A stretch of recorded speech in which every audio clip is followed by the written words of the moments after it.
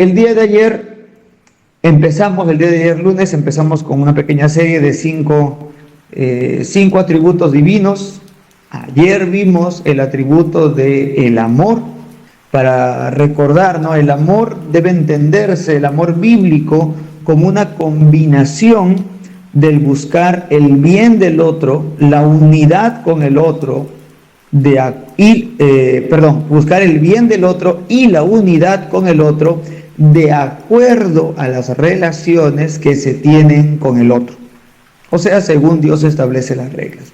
El amor debiéramos entenderlo nosotros, humanamente hablando, en lenguaje analógico, el lenguaje humano, entre una combinación de responsabilidad, bienestar y pasión.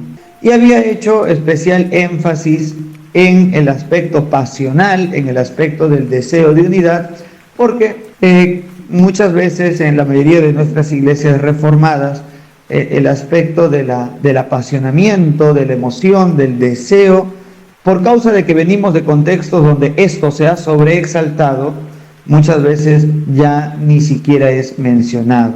Pero el día de ayer vimos cómo esto era importante como ingrediente para el concepto de amor bíblico, ¿no? Como el Señor se entregó por nosotros, se encarnó, vino a morir por nosotros. Díganme si eso no es la cosa más, en términos modernos, ¿no?, de la palabra, la cosa más romántica del mundo. El amado viene y da su vida por la amada. Lean Cantares y pueden ver cómo este ingrediente pasional, quitemos la palabra pasión, ya muchos sabrán que este término pasión no se usa de manera muy apropiada para con Dios, pero a lo que hace referencia es este deseo de unidad, ¿no? El anhelo de ser uno cada vez más, con mayor intensidad, y el deseo de sacrificar todo con tal de que esa unidad sea posible, ¿no? Aquí tengo a mi hermano Keimer, que está presente aquí en la sala, y su amada está lejos, ¿no? Está en otra provincia aquí en el país, y dice: no, vamos a sacrificar tiempo, dinero, esfuerzo, no importa, pero quiero estar cerca de esta persona, quiero casarme con ella. Y eso, ¿cuántos sacrificios hace mi hermano Keimer, ¿no? Me pondría de ejemplo yo, pero ya tengo mi esposa aquí conmigo, y aún así anhelo esa mayor profundidad en unidad, pero uno hace sacrificios voluntarios, ¿no? Y uno dice: no importa, me despojo de esto con tal de que pueda estar con la persona amada. Y el Señor dejó la gloria, se encarnó, padeció y murió por nuestros pecados, ¿no? Y nos pide ese mismo amor. Nos pide, nos pide todo lo que pudiéramos darle, ¿no? Acercándonos más y más al amor que Él nos tuvo. Por lo tanto, mi hermano Keimer y todos los que se han enamorado, todo lo que están dispuestos a hacer por la persona amada, debería ser una cosa pequeña si alguien los comparara con todo lo que ustedes están dispuestos a hacer por amor a Cristo, todos los sacrificios, ¿no? No simplemente preguntándose: ay, pero ¿te agrada o no te agrada? No, sino voluntariamente, todo lo que me acerque más a ti, eso quiero, en eso me voy a esforzar. Bueno, hablamos del amor el día de ayer. Hoy vamos a hablar acerca de la sabiduría de Dios. Dios es sabio. La sabiduría divina se revela como un atributo innegable de la naturaleza de Dios. Proverbios 8:14 nos dice: conmigo está el consejo y el buen juicio. Yo soy la inteligencia, dice. Mío es el poder. Esta sabiduría se manifiesta en diversos aspectos de la vida y el universo, desde la creación y la providencia hasta la redención misma. Todo está hecho de forma sabia. Efesios 1, 5 al 8 dice: en amor, habiéndonos predestinado para ser adoptados hijos suyos por medio de Jesucristo, según el puro afecto de su voluntad, para alabanza de la gloria de su gracia, con la cual nos hizo aceptos en el amado, en quien tenemos redención por su sangre, el perdón de pecados, según las riquezas de su gracia, que hizo sobreabundar para con nosotros en toda sabiduría e inteligencia. Otras traducciones, NBI o TLA o BLA, dicen con toda sabiduría e inteligencia. O sea que la forma en la que Él decidió salvarnos fue la forma sabia, es una forma sabia o más sabia. Y nadie podría cuestionar esto, nadie debería cuestionar esto. Si al Señor le plació salvarte cuando tenías 5 años, 10 años, 20 años, 30 años, tras sufrir aquel evento doloroso o tras aquel momento tranquilo cuando fuiste a una campaña evangelística o fuiste a la iglesia o en cualquier circunstancia, Dios dice que eso fue lo mejor para ti, que eso fue lo más sabio. ¿Cómo podríamos nosotros criticar y enojarnos contra Dios? Y esto es interesante también, esto nos da otro dato de cómo poder enfrentar esta relación entre la responsabilidad y la soberanía de Dios. Cuando pensamos en la soberanía de Dios, pensamos respecto a Dios. Y cuando pensamos en la responsabilidad, pensamos respecto a nosotros. Y hay que tener cuidado, ¿no? Porque se trata de que cuando pensamos en que Dios lo determinó y que por lo tanto Dios fue sabio para determinarlo, entonces no puede haber en nosotros ninguna molestia para con Dios, ninguna queja para con Dios. Algunos pueden disfrazar su supuesta molestia para con ellos mismos, en su supuesta molestia con ellos mismos, y en realidad están molestos con Dios. Tú puedes molestarte contigo, sí, tú eres torpe, tú te pusiste tropiezos en tu vida, tú tomaste una mala decisión, y si te enojas contigo, bien, porque la verdad, enojémonos con nosotros hasta la muerte, y en la muerte seremos libres. Miserable de mí, ¿no? ¿Quién me librará de este cuerpo de muerte? ¿No has sentido esa sensación de, ¿quién me va a librar de mí mismo? Estoy harto de mis propias emociones y mis limitaciones. Si es contra ti, es una molestia justa. Puedes airarte, pero no pecar. No te vas a hacer daño físicamente porque estás enojado contigo. Pero puedes airarte contra ti y no pecar. Pero no contra Dios. Y de esto tenemos que tener cuidado, ¿no? Podemos observar la vida de Job, y bueno, solamente porque Dios lo dice, es que creo que Job no estaba molesto con Dios. Pero si Dios no lo dijera y tú leyeras Job, ¿no? Y leyeras que dice, maldito el día en que nací, ¿no? La noche que me vio nacer. Tú dirías, a ver, Job, tranquilízate, no te enojes con Dios. Pero bueno, las escrituras nos revelan que efectivamente Job fue justo, que él no se enojó contra Dios, que él correctamente dijo, Dios dio, Dios quitó, y él simplemente estaba expresando su dolor. Así que también seamos pacientes, mis hermanos, cuando escuchemos a una madre, a un padre, a un hijo clamar o gritar de dolor y a veces decir cosas que nos parecen torpes o incoherentes. El Señor ve a través de las palabras. También, mi hermano, mi hermana, tú puedes expresar tus emociones con Dios, aún con la torpeza y la miopidad y el ser miope en tu situación humana. Tú puedes expresar tus deseos. No es para que tú digas, Señor, quiero pedirte sanidad, pero no sé si finalmente querrás sanarme. Entonces te sientes limitado en tu corazón y dices, mejor no pido por sanidad porque no sé si Dios quiere sanarme, entonces mejor no lo digo. No, mis hermanos, Las Escrituras nos mandan a pedir a Dios todo lo que necesitemos. De hecho, el pan nuestro de cada día, dánoslo hoy, ¿no? No sabes si Dios finalmente te dará pan el día de hoy, pero sí te dice que se lo pidas. Y tú puedes ir al Señor con todas tus emociones. Puedes ver esto en Salmos. Y puedes verlo aún en Job. Esto es lo que me ha resultado tan increíble estas semanas, meditando en Job. Y ver cómo Dios no lo acusa en su dolor.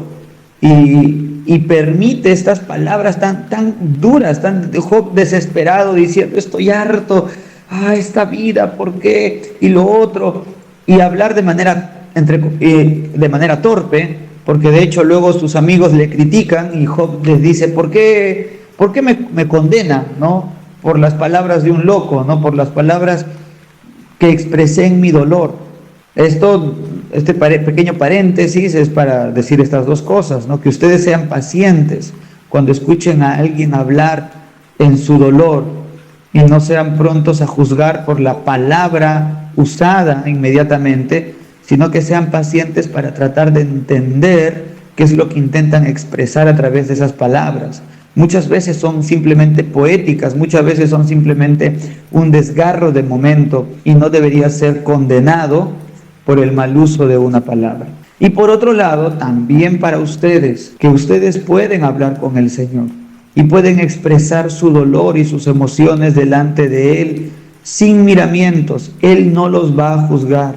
Él, de hecho, aunque ustedes fueran torpes, lo más torpes en su palabra, aunque cometiesen la torpeza de maldecir el día en que nacieron, el Señor es capaz de ver a través de esa palabra tan torpe y comprender realmente lo que quieren decir. Incluso cuando ustedes mismos no se entienden. ¿Qué hemos de pedir como conviene? No lo sabemos. Pero el Espíritu intercede por nosotros, ¿no? Con gemidos indecibles, ¿no? Y acomoda nuestras palabras. A veces nosotros no entendemos nuestros corazones, nuestros sentimientos, y solo atinamos a llorar delante de Él. Y uno dice, pues yo no entiendo qué significa tus... Suena broma lo que estoy diciendo, pero cuando uno llora y está con tremendo dolor, no puede hablar muchas veces. Pero Dios sí lo entiende. Comprende todas las frases, todas las ideas que están tras cada lágrima de nuestros ojos. Sean sinceros delante de Dios. Dios lo conoce todo, pero como un buen padre, quiere que ustedes se abran voluntariamente delante de Él. Mis hermanos, Dios es sabio, ¿sí? Y todo lo ha diseñado con su sabiduría, todo. Por lo que no podríamos pensar de alguna manera que nuestros planes o lo que a nosotros nos hubiera gustado que hubiera pasado hubiera sido lo mejor. Aquí, mis hermanos, es importante distinguir, recordar el tema de la voluntad decretiva y la voluntad prescriptiva, ¿sí? La voluntad decretiva es lo que Dios ha determinado que acontezca, lo cual es secreto y nadie lo sabe. Y la voluntad prescriptiva es lo que Él ha revelado, lo que ha dicho en su palabra que debería ser y a lo cual tenemos que sujetarnos. Ahora, tú puedes y debes lamentarte cuando sabes que aquello que hiciste fue en contra de la palabra de Dios. Si fue en contra de la palabra de Dios, realmente podrías haber dicho, deberías decir, hubiera sido mejor que yo no hiciera esto. Porque es un pecado. Nunca debes decir, estuvo bien que yo cometiera este pecado. Sí, porque así Dios lo permitió, porque así Dios lo determinó. No, más bien deberías lamentarte. Pero cuando actuaste conforme a la palabra de Dios, y aún así algo ocurrió que te pareció que era imprudente, o algo se escapó de tus manos, no debería haber un terrible lamento por eso, sino más bien decir, así lo quiso el Señor, y alegrarte por ello. Hermanos, aquí un detalle muy importante, ¿qué es la prudencia y la imprudencia, ¿no? La prudencia, mis hermanos, la prudencia, la imprudencia, son categorías relativas a la persona. Lo que algo es muy prudente para uno, muchas veces es una imprudencia para otros. Y lo que algo te pareció prudente en algún momento, de repente mañana más tarde te das cuenta y dices, ay, ¿por qué confié en esta persona? Obviamente me estaba dando, como dicen, red flags, no me estaba dando motivos para desconfiar y me doy cuenta ahora que he crecido, ahora que he madurado. La prudencia son decisiones que podemos tomar dentro de los parámetros bíblicos, ¿no? Pero también está ligado a lo que nos parece en el momento. Por lo que, mis hermanos, cuando se trata de prudencia e imprudencia, si tomaste alguna decisión en el pasado que estaba dentro de las posibilidades bíblicas, pero ahora te pareció que fue una imprudencia, descansa en el Señor, porque Él fue quien permitió, quien diseñó que cometieras ese error de confiar en esa persona que te estafó. No te diste cuenta en el momento, pero fue para tu bien. ¿Qué pasó cuando fallaste en una entrevista de trabajo? Porque no te amarraste bien los zapatos, porque tu corbata estaba chueca en ese momento y por ese motivo no te dieron el trabajo. Alaba al Señor, porque Él así lo determinó para tu bien. Y ya saben, hermanos, siempre pueden escribir sus preguntas aquí en el chat. En su momento lo voy a leer. La profundidad de esta sabiduría de Dios es insondable, desafiando cualquier entendimiento humano, cualquier intento de comprensión total por parte del hombre. En el tiempo presente, así que no te sientas mal, no lo podemos comprender de manera absoluta. Podemos solamente aceptarlo. Pero si tú dices, es que quiero hacerme la idea del plan detallado de Dios, de su voluntad secreta, de su voluntad decretiva, para poder comprender dónde es que encaja, o sea, ¿por qué tiene que ver con mi santificación de que se me rompa la punta del lápiz mientras estoy escribiendo aquí en la sala? O sea, ¿qué rayos tiene que ver que se rompa la puntita del lápiz? No entiendo, o sea, ¿por qué? ¿Por qué tiene que estar aquí esta mosca molestándome mientras estoy haciendo mis tareas? Pero tú sabes que tiene que ver con tu santificación, pero no lo entiendes porque no ves las conexiones. Y es que la sabiduría de Dios es insondable en el tiempo presente, con todas nuestras limitaciones y nuestra pecaminosidad. Y esto desafía cualquier intento de comprensión total por parte del hombre. Por eso es que se nos pide fe, se nos pide confianza en Dios. Dice, yo soy sabio, confía en mí.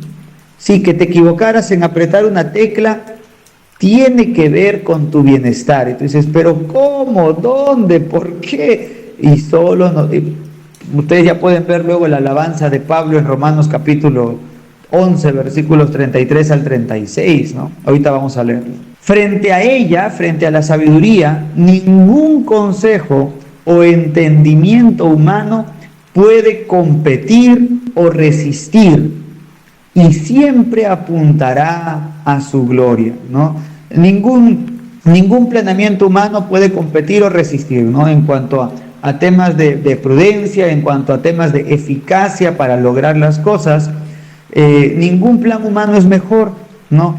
Tú pudieras pensar, para santificarme bien, me voy a meter al seminario para aprender.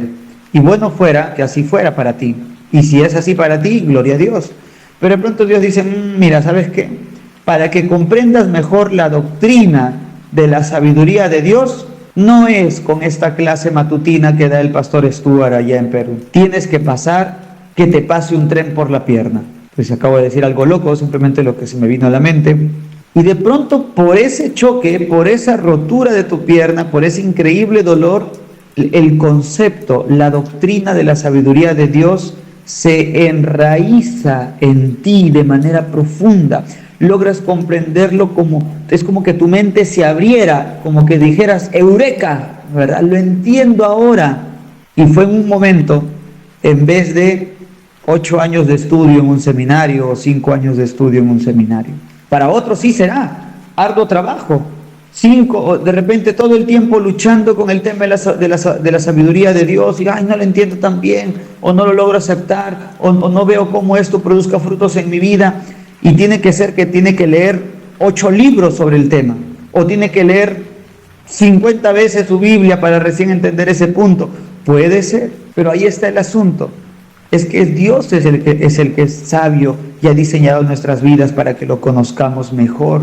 Él ha establecido patrones, como leer las Escrituras, hacer uso de todos los medios de gracia, ir a la iglesia, pero Él también, como un buen maestro, tiene puntos claves y correcciones para ayudarnos a conocerlo mejor. Frente a ella, entonces, ningún consejo o entendimiento humano puede competir o resistir. Y su sabiduría siempre apuntará a su gloria.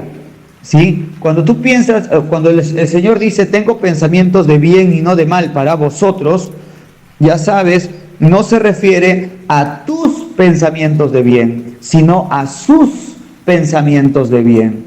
Lo que Él entiende que es el bien para ti. Y el bien para ti es parecerte más a Cristo. Así que ya sabes, eso puede implicar que el imperio romano resurja, que te atrapen unos centuriones y te agarren a latigazos, porque eso te hace parecer más a Cristo.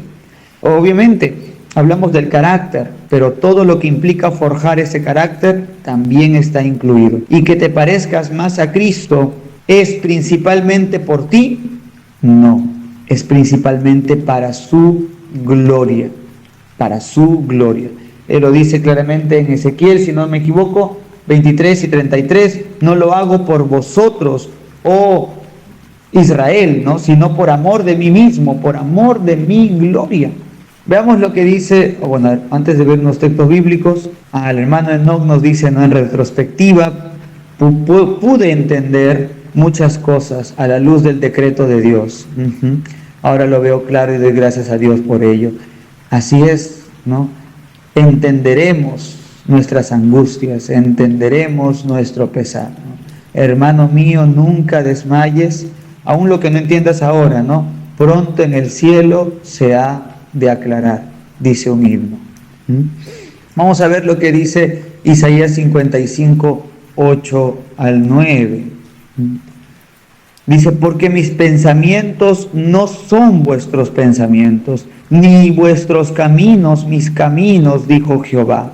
Como son más altos los cielos que la tierra, así son mis caminos más altos que vuestros caminos, y mis pensamientos más que vuestros pensamientos. Mis hermanos, cuando hablamos de la sabiduría de Dios aplicada a nosotros, hay muchas cosas que tocar. Pero ya he estado mencionando algunas, ahora quiero mencionar dos asuntos más. La sabiduría de Dios no solo tenemos que pensarlo respecto a su voluntad secreta, o sea, no solamente decir, se me rompió el USB y no pude presentar mi trabajo en la universidad. Bueno, Dios es sabio, Dios sabe por qué hace las cosas. Muchas veces, no siempre, pero muchas veces es más fácil decir esto de la voluntad secreta, muchas veces.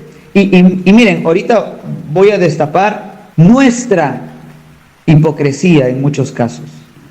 Porque cuando hablamos de su voluntad secreta, bueno, sí, Jehová dio, Jehová quitó, Dios es sabio, y efectivamente tal cual. Pero ¿acaso no se debe decir de su sabiduría cuando hablamos de las cosas que están reveladas? Por ejemplo, Dios te dice, lee la Biblia. Dios te dice, ora. Dios te dice, ve a la iglesia. Dios te dice, ámame con todo tu corazón, con toda tu mente, con todas tus fuerzas, con toda tu alma, con todo. Cada detalle, ámame, esfuérzate. ¿No dice acaso la Escritura, no nos revela la palabra de Dios acerca de la puntualidad? ¿No nos revela la palabra de Dios que debemos adorar todos juntos como un solo hombre y hay un horario para llegar? ¿No nos revela la Escritura la sujeción a los pastores? Y si el pastor dijo, hermanos, vamos a reunirnos a tal hora, en el día del Señor, el día que tienes que tener separado para Él, ¿no llegas? ¿No es sabio Dios en las cosas que ha determinado? ¿No es sabio Dios cuando en su palabra nos exhorta a no tomar ciertos trabajos o hacer ciertos sacrificios? La vez pasada les decía, conversaba con un muchacho en una obra, que él tiene tiempo de creyente, dice que es creyente, y él no se ha bautizado. Desde antes que empezáramos la obra en ese lugar, él ya decía que era creyente. Y su razón para no bautizarse era que aún no había entendido qué beneficios había para él en el bautismo.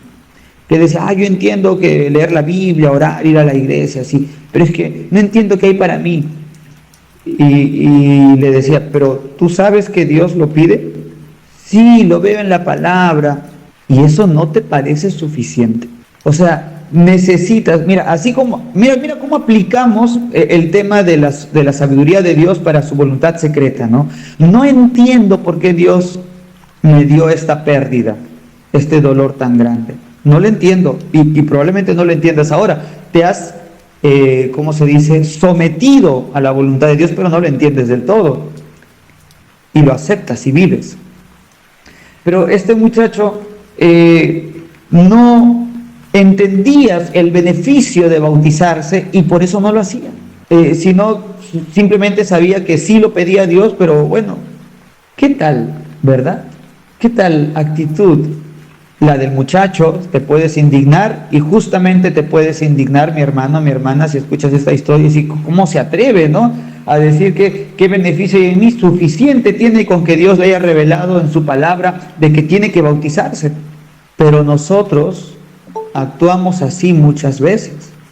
Nosotros muchas veces vemos que su palabra nos pide algo y decimos, pero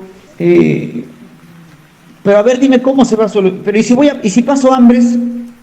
No, hermano, esto es lo que tienes que hacer.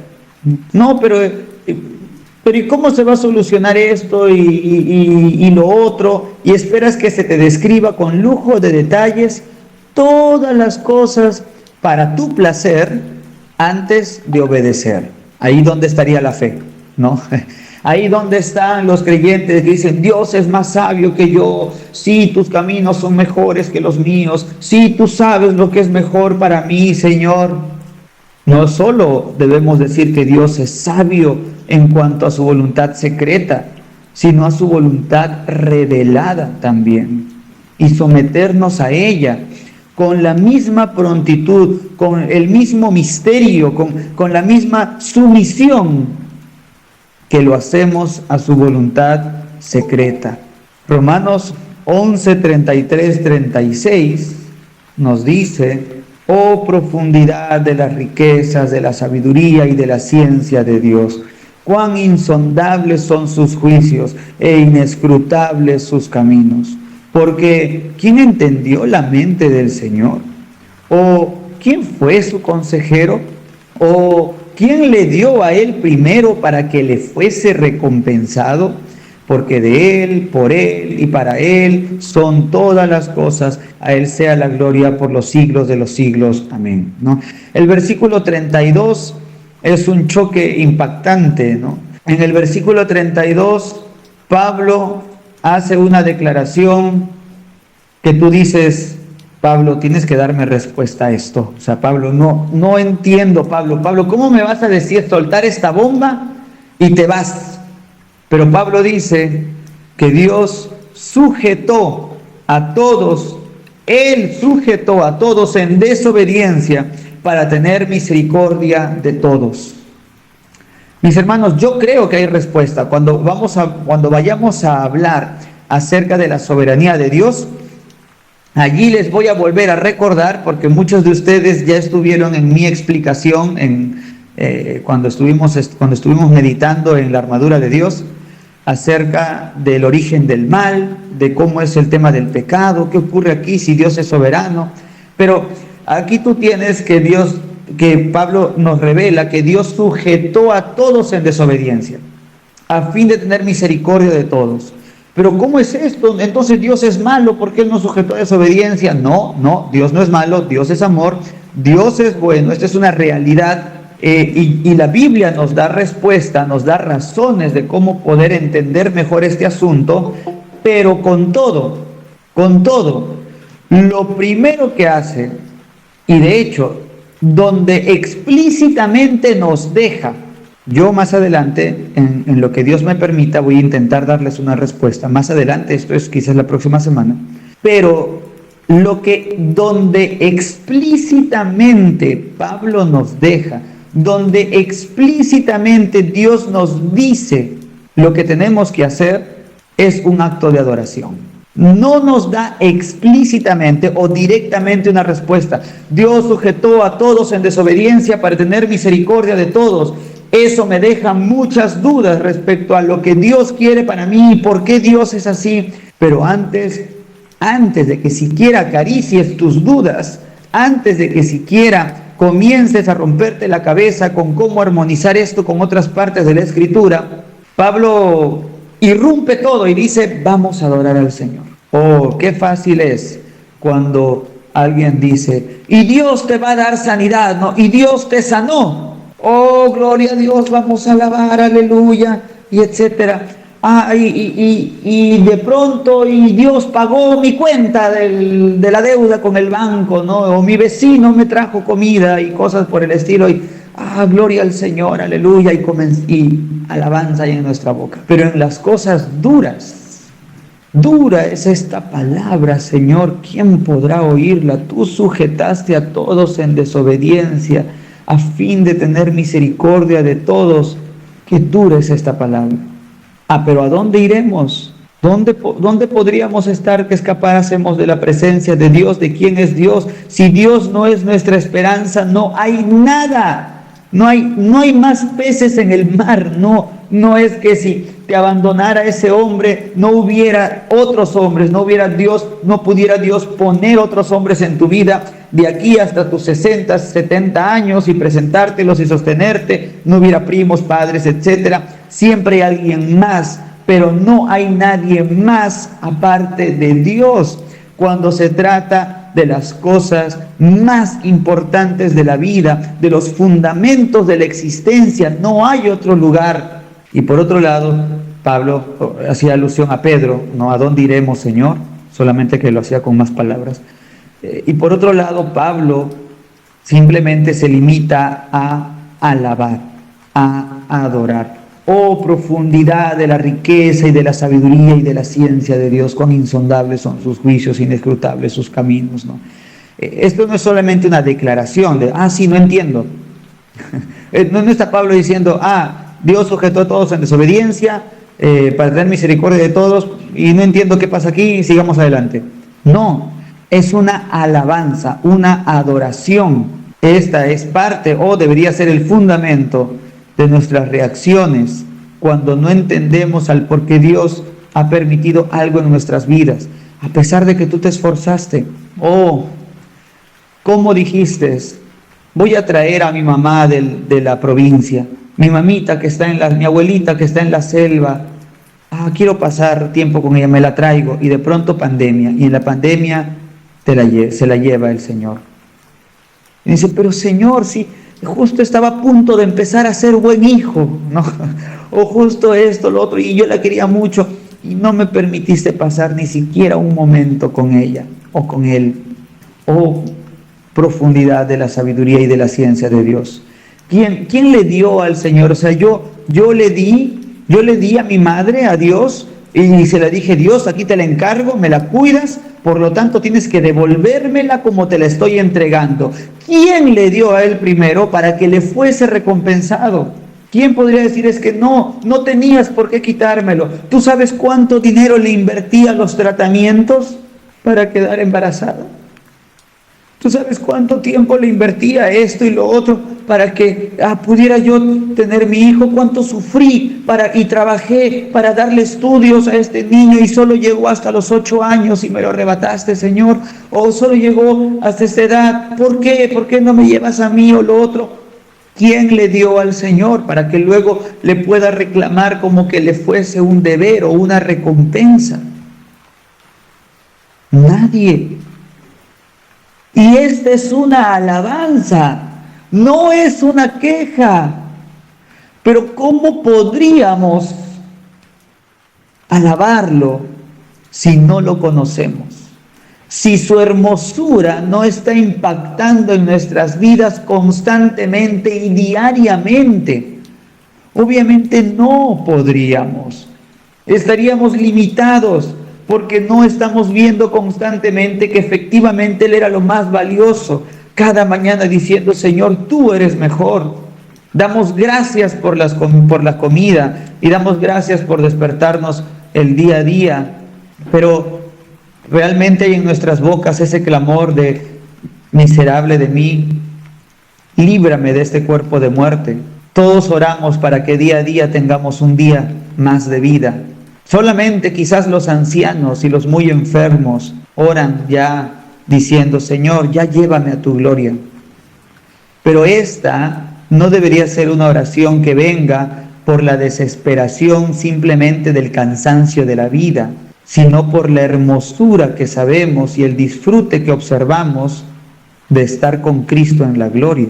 Por lo que desde el creyente más joven hasta el creyente más antiguo debería decir, amén, sí, ven Señor Jesús, o amén, sí Señor, llévame contigo ya.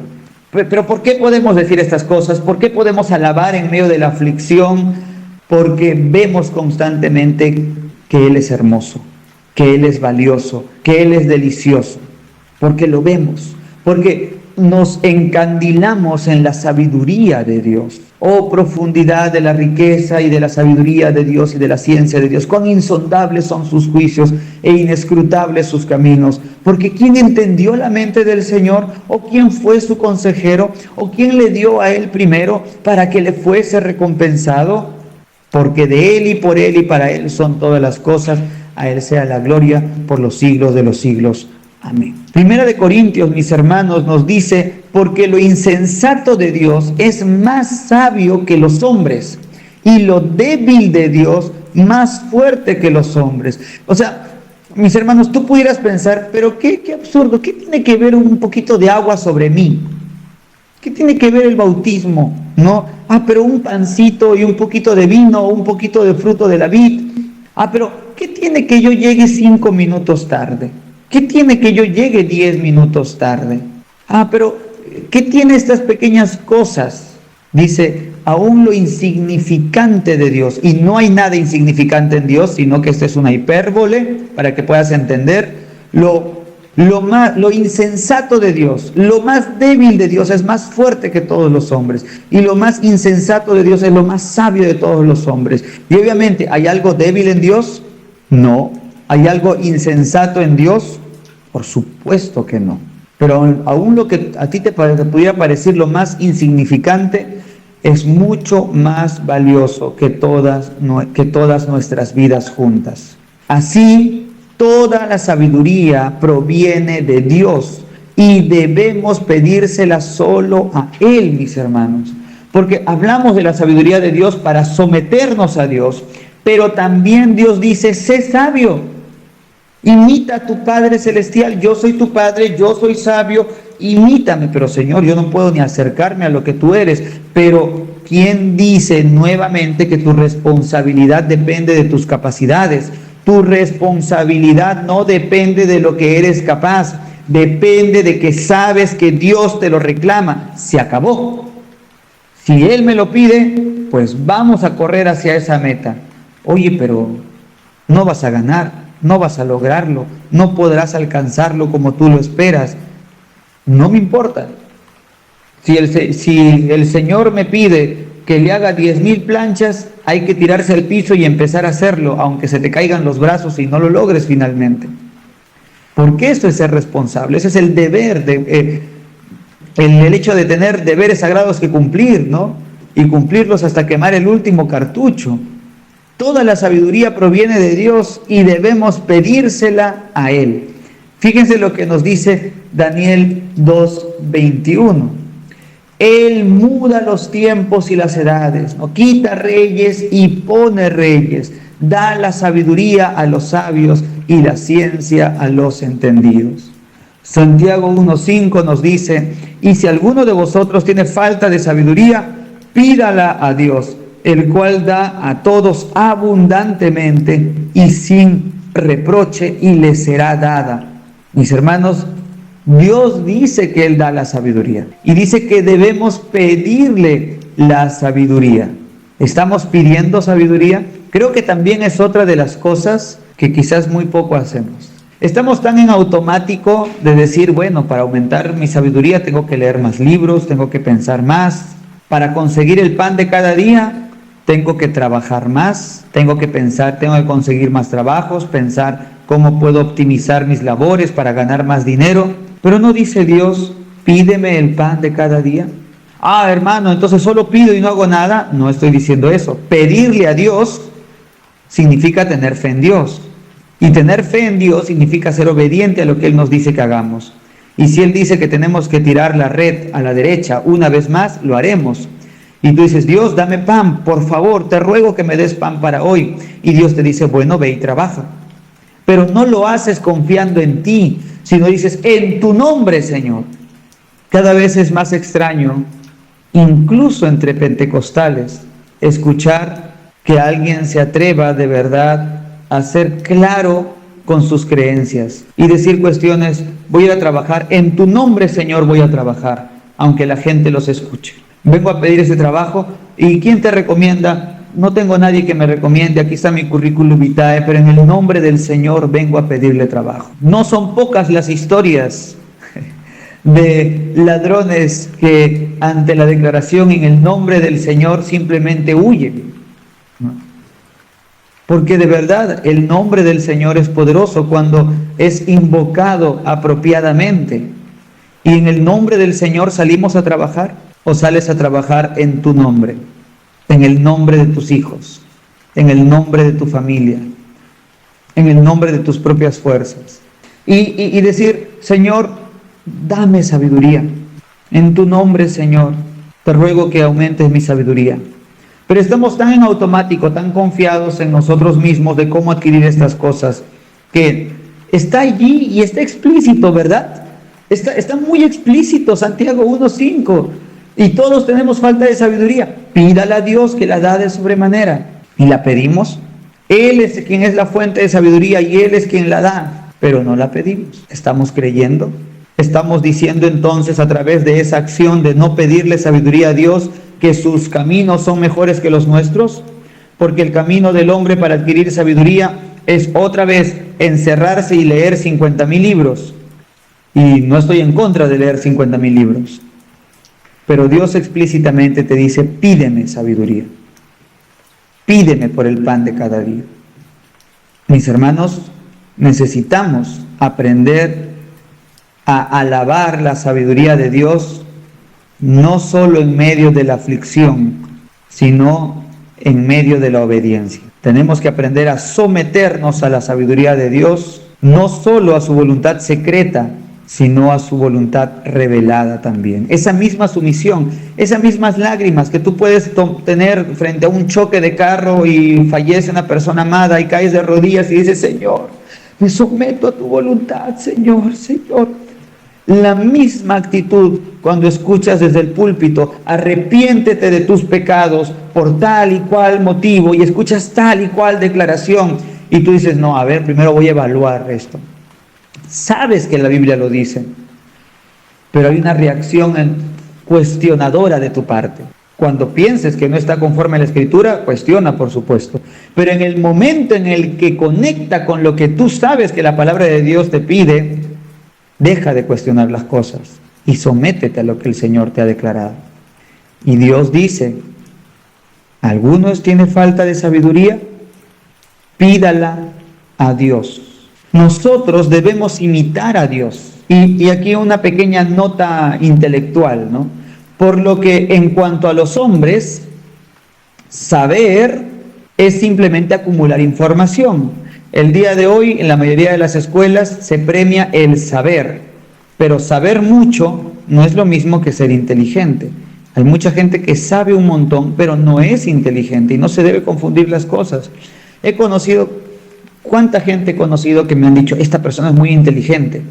Converso con la persona y no, solo sabe un montón, pero no es inteligente, es acumuladora de información. Ser inteligente es ser capaz de aplicar eficazmente esa información acumulada para un fin. Hay ladrones muy inteligentes, de hecho, para ser malvado en muchos casos es gente muy inteligente. Aquí muchos presidentes, Hitler era un hombre muy inteligente porque era capaz de aplicar el conocimiento, mucho o poco que tenía, para lograr un fin, y lo lograba. Ese es ser inteligente. Pero ser inteligente no es suficiente, no es lo más anhelable para las personas. Ser sabio sí lo es. La sabiduría tiene que ver con que ese fin siempre sea bueno. Por eso es que podemos decir, mira, mi abuelito nunca fue a la universidad ni nada, pero qué sabio que es. ¿Por qué? Porque el conocimiento que tiene lo aplica para un bien, para cosas buenas. Un hombre inteligente puede llegar a ser un hombre exitoso, pero un hombre sabio será un hombre feliz. Ahora, mis hermanos, para ser sabio, obviamente hay que ser inteligente. Inteligente en aplicar el conocimiento que se tiene. Pero no tiene que ver tanto con que yo logro todo lo que me propongo, sino yo busco lograr cosas buenas. ¿Qué es lo bueno? Lo que es conforme a la palabra de Dios. Por tanto, hermano, necesitas pedir sabiduría, porque la mayoría de nosotros somos excesivamente inteligentes, pero muy poco sabios. Esto especialmente lo vemos en los más jóvenes. Bueno, ya tengo 32, ya no sé dónde incluirme exactamente. Sí, no soy adulto ya, pero cuando uno es más 20 años o de 15 a 20 años, ¿no? Y son muy inteligentes, ¿no? Somos súper inteligentes para lograr todas las cosas, para respuestas nunca nos faltan, ¿no? Sabemos cómo prendernos de una palabra para contradecir lo que nuestros padres dicen. Inteligentísimos somos. Intelejumentos, decía mi papá, ¿no? Intelejumentos, decía. Jumento es burro, no sé si conocen esa palabra. Pero no somos sabios, ¿no? Especialmente en esas edades, porque el padre dice, pero hijo, es que esto no... Ya, ok, lograste engañarme, hijito, no llegaste al colegio y te fuiste aquí, la pasaste muy bien, pero eso no fue sabio, no fue para tu bien. Ese compañero del que tú te burlas, que sí va a su casa, que sí estudia aquí y allá, ¿cómo va a disfrutarlo en el futuro? Va a poder obtener una mayor felicidad. La sabiduría tiene que ver con que el fin de lo que queremos lograr sea bueno, o sea, conforme a la palabra de Dios. Y para eso necesitamos, obviamente, leer la palabra de Dios, pero sobre todo no, pero también rogarle a Dios por sabiduría. Por todo esto, podemos siempre confiar que los planes de Dios son perfectos y mejores que los nuestros. Veamos nuestros 3 últimos versículos. Lucas 22, 42 dice: el Señor Jesucristo oró: Padre, si quieres, pasa de mí esta copa, pero no se haga mi voluntad, sino la tuya. ¿Él pidió algo ilícito? No, pidió algo correcto. ¿Acaso él no sabía que Dios no le iba a quitar la copa? Claro que lo sabía. Él es Dios y él conocía todo el plan. Pero en su humanidad, él pidió algo que era correcto. Señor, no es sano para mi cuerpo ser crucificado. Para ningún cuerpo humano es sano ser crucificado. El dolor y otras cosas que iba a experimentar para la humanidad no le son buenas en sí mismas. Pero la voluntad celestial es mucho más importante que cualquier bienestar físico. ¿Es bueno acaso para ti no desayunar? Obviamente no, físicamente hablando tienes que desayunar, pero ¿no hay cosas más importantes que tu desayuno ese día? ¿No hay cosas más importantes que tu almuerzo ese día? ¿No hay cosas más importantes que tu salud? ¿Cómo sacrificas tu salud para trabajar 1 hora más con tal de ganar un poco más de dinero para sostenerte o para sostener a tu familia, lo cual es muy loable? Pero ¿hace cuánto que fue tu último sacrificio de las cosas lícitas por cualquier aspecto espiritual que sabes que Dios demanda? ¿Cuándo fue tu última oración sacrificada? ¿Cómo aguantas sueño cuando aún no terminas el trabajo que tienes que entregar? ¿Cuándo fue la última vez que dijiste, voy a aguantar un poco el sueño, tengo que orar? Señor, perdóname. ¿Cuándo fue? No, estoy cansado, voy a buscar 1 hora donde puedo orar mejor. Está bien, gloria a Dios, tienes que buscar 1 hora para poder orar mejor y está muy bien. Pero te pregunto aquí, ¿no? En tu voluntad, en tu aspecto lícito, en en lo que no deberías de ser dominado, porque todo te es lícito, pero no todo te conviene, todo te es lícito, pero no me dejaré dominar por ninguna de ellas. ¿Cuándo fue la última vez que voluntariamente hiciste un sacrificio de algo lícito de tu vida para con Dios?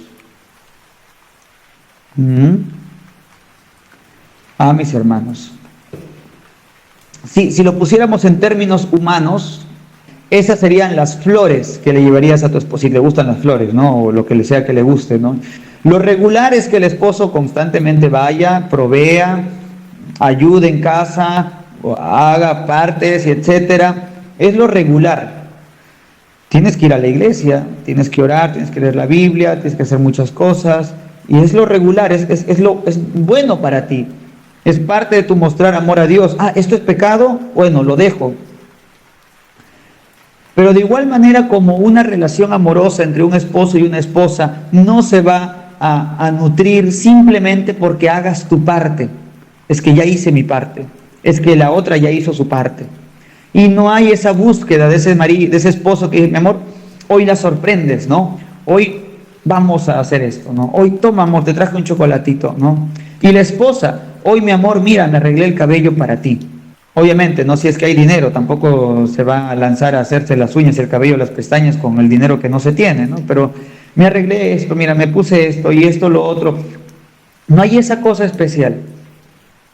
No hay esas actitudes. Y ningún psicólogo, ninguno de ustedes diría, no, pues la verdad, al chile no está bien eso, ¿no? O sea, tiene que haber esos detalles y lo otro, y tiene que haber esa intencionalidad, ¿cierto? Esos detalles extra, todos admitirían que sí, cuando se puede, ¿no? Cuando hay la oportunidad de hacer esos sacrificios. Mira, amor, no me comí el último trocito de chocolate, te lo guardé para ti.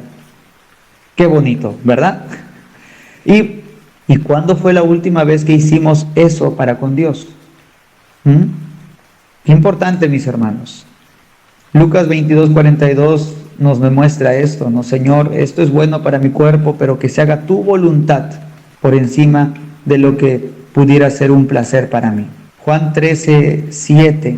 Respondió Jesús y le dijo, lo que yo hago, tú no lo comprendes ahora, mas lo entenderás después. En cuanto a su sabiduría, ¿no? Muchas veces así nos habla el Señor, lo que yo hago, tú no lo entiendes ahora.